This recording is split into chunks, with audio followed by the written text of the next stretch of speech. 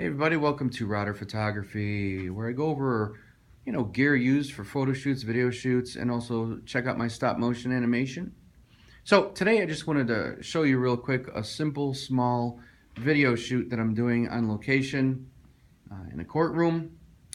So interviewing will be 3 people, and for the audio I have 2 SM81 microphones. They are outstanding. They are used in the Civic Opera House here in Chicago.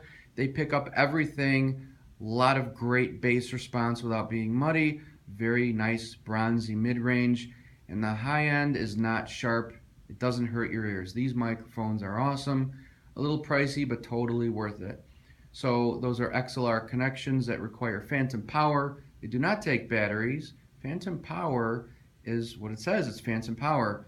These microphones are powered through the XLR connectors by the device. The device I'm using that they're plugging into is my trusty Tascam DR40. I absolutely love this unit. It's digital, of course, as most things today, everything today. The XLRs connect into the bottom.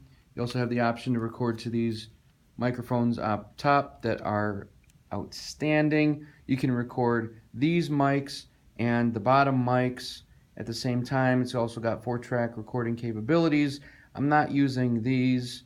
If I had it on a tabletop, I could point it to 2 other people on the other side of the interviewees. But we're just going XLR. Let me see if I can undo this. XLR connections are these guys right here. All right, just plugs right in. When you plug it in, it senses it and it says, would you like to use phantom power for this?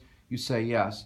Phantom power is going to suck the battery life out of this recorder, so I've got its AC adapter plugged in. So when you're recording audio, this bent down a little bit, I like to have these microphones about 4 to 5 feet from the speakers. They're going to be behind there. Closer if you can get to it. The trick, of course, is make sure that the microphones are not seen on the camera. You could use this as a boom mic and hold it over them if you had a boom operator, which I do not. I'm alone on this shoot, so I'm just going to position it a foot or 2 closer to the speakers and make sure it's not in my range of the camera. Okay, so the audio will be synced up to the video in post-production.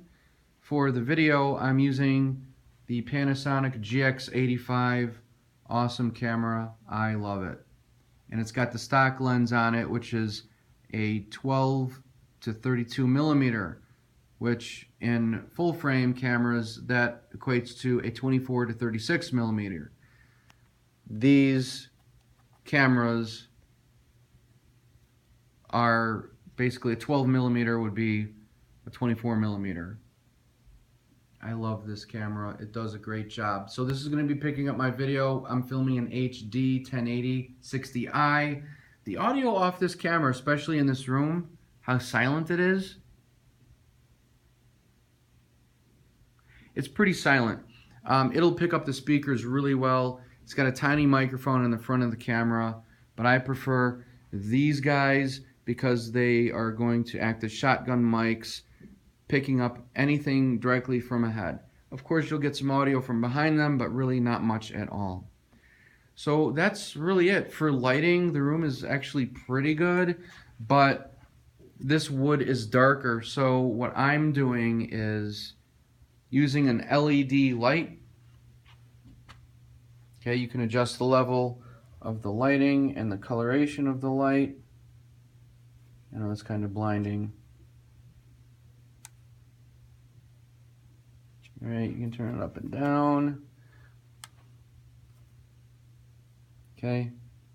I have it on max and I set it up right here to kind of bounce off the wall. You don't want to have any of these bright glares on your video. So I'm only filming about up to here with them.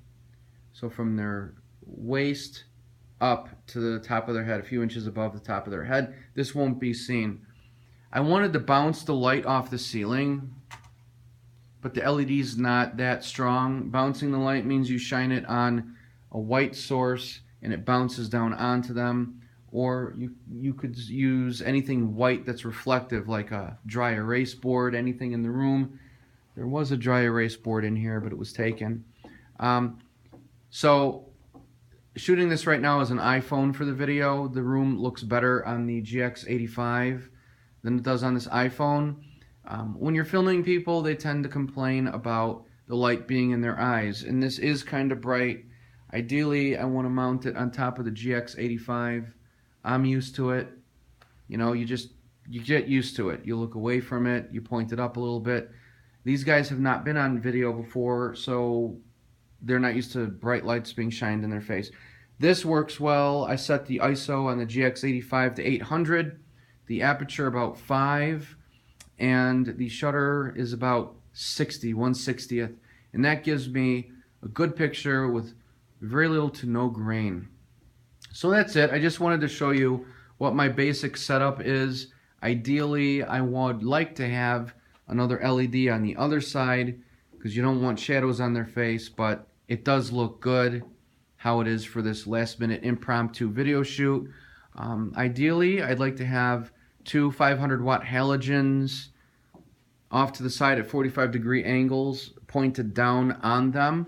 Maybe I'll do that next time, although it'll probably be too bright for them.